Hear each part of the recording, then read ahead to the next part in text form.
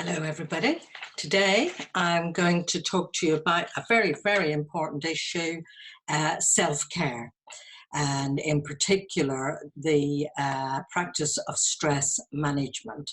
So this is really, really a top priority because, most of us in business, we are keen to have a successful business, and we're keen to build the business up and make money. And it's easy to get a bit carried away and forget about taking good care of yourself.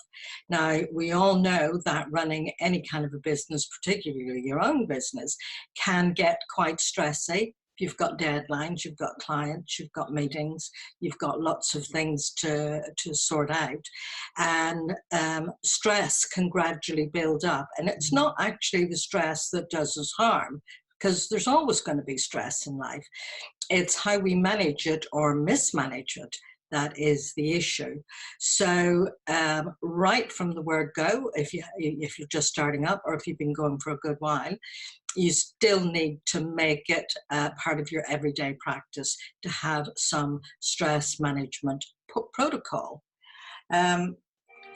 So I've just put my music on.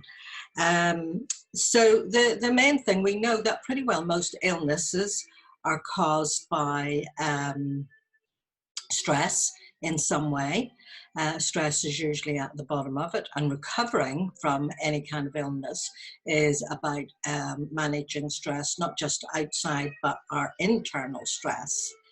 And so, lots and lots of people, women in particular, finish up suffering from burnout because they are looking after parents, looking after children, looking after the home, looking after the business, and they forget to take care of themselves. So I'm just going to go through 8 tips for reducing your stress.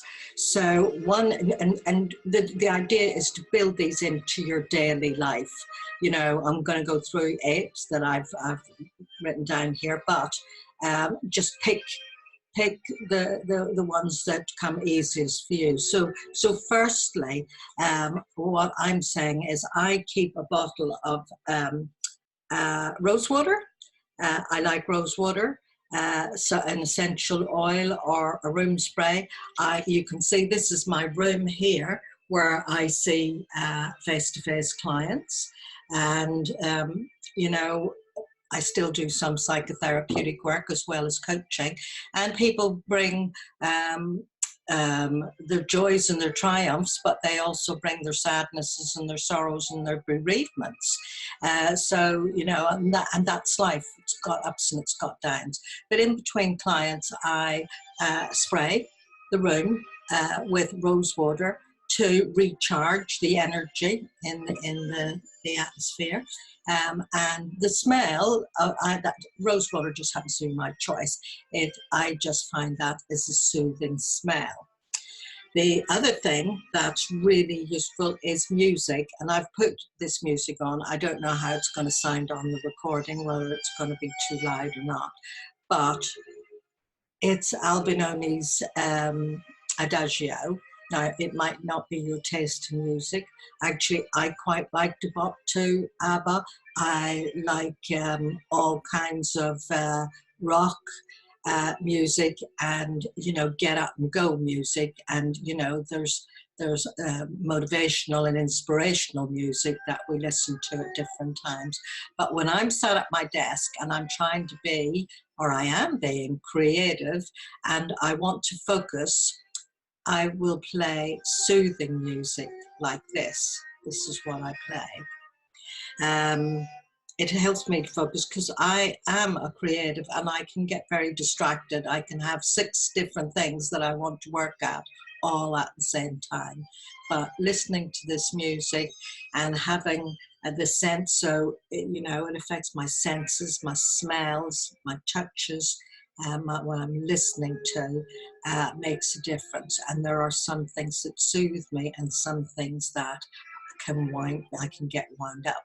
So pick an essential oil, pick some music that you find soothing. Spring clean your desk. Now, my room's not bad, actually. It stays reasonably tidy. Mostly it's books, but my desk can get quite untidy. So most mornings, I will give it a bit of a clearance. I love journals. So on my desk are always different journals. I love beautiful journals, as you can see. And I have got, you know, different journals for different things. I've got planners, lots of different planners. Yeah, I've got loads of planners. I love the feel of them. I love the look of them.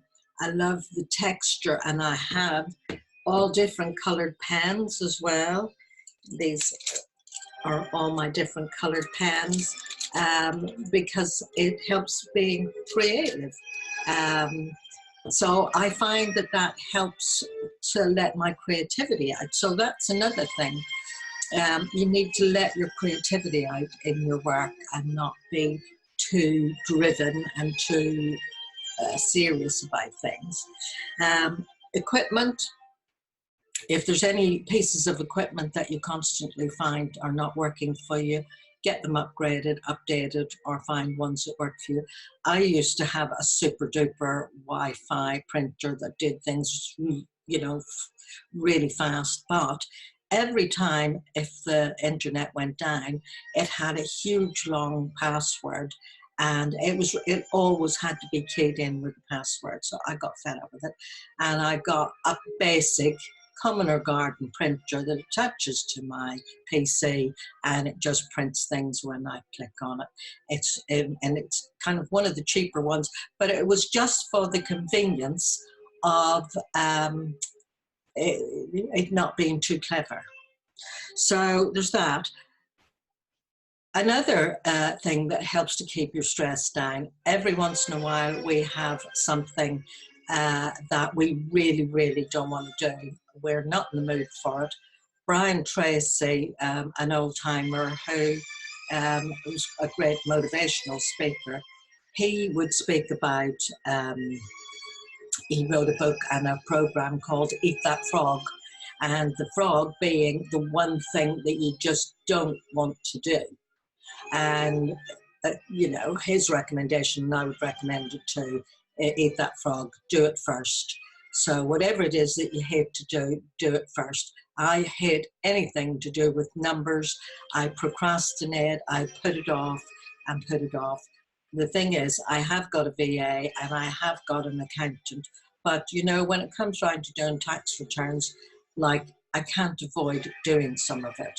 I can't avoid reconciling things, you know, to let the VA have or to let the accountant have them. And normally I just don't want to do it. But I do find if I do that first, then I feel demob happy for the rest of the day. I would say also it can be pretty lonely, and, you know, it can feel, you know, a bit solitary working for yourself. And I would say join an online support group. There is a Western Women Mean Business support group online. There's a public group, and there's also one for paying members that I'll be launching shortly. So when you join these groups, you know, if you've got any questions or queries, just ask. You know, if you don't know what email handler to use, ask people's opinions. They'll tell you if you're not sure about something, and you know, you can learn a lot and cut your learning curve by being part of a nice group. So then finally, I would say gratitude. Start and end your day with gratitude. these two seats here, my husband and I, we sit here every morning, early in the morning, just the two of us. We have our early morning drink and we share gratitude together. And I am so grateful currently because I've had a number of health challenges, and I'm very grateful for my health. I'm very grateful for my sharp mind that I got a bit cotton woolly with an illness that I had, but I'm pleased to say that I'm feeling like I'm firing on all cylinders again. I feel really grateful for that. I feel really grateful that I am surrounded by a group of amazing, wonderful women in Western Women locally and online. And there's a few other groups that I run online that are full of wonderful, wonderful people. And I get messages and emails from them every day. It warms my heart. So it's worth starting every day with what you're grateful for. And you see that not just thinking about what you're grateful for, but actually feeling the gratitude, which takes you down into your heart. And actually, when you feel that gratitude, when you feel that appreciation, it actually raises your vibrational frequency. And by raising your vibrational frequency, you will draw to yourself what is in alignment with that frequency. So whether your frequency is high or low, you're going to draw in what is in alignment with that. So it's simple and easy, and it's a really health-evoking practice. It affects your physiology as well. It gives fills your bloodstream with endorphins when you get grateful. So these are some things that I would encourage you to put into place. We clean our teeth every day. And we clean our teeth every day because we don't want to lose them.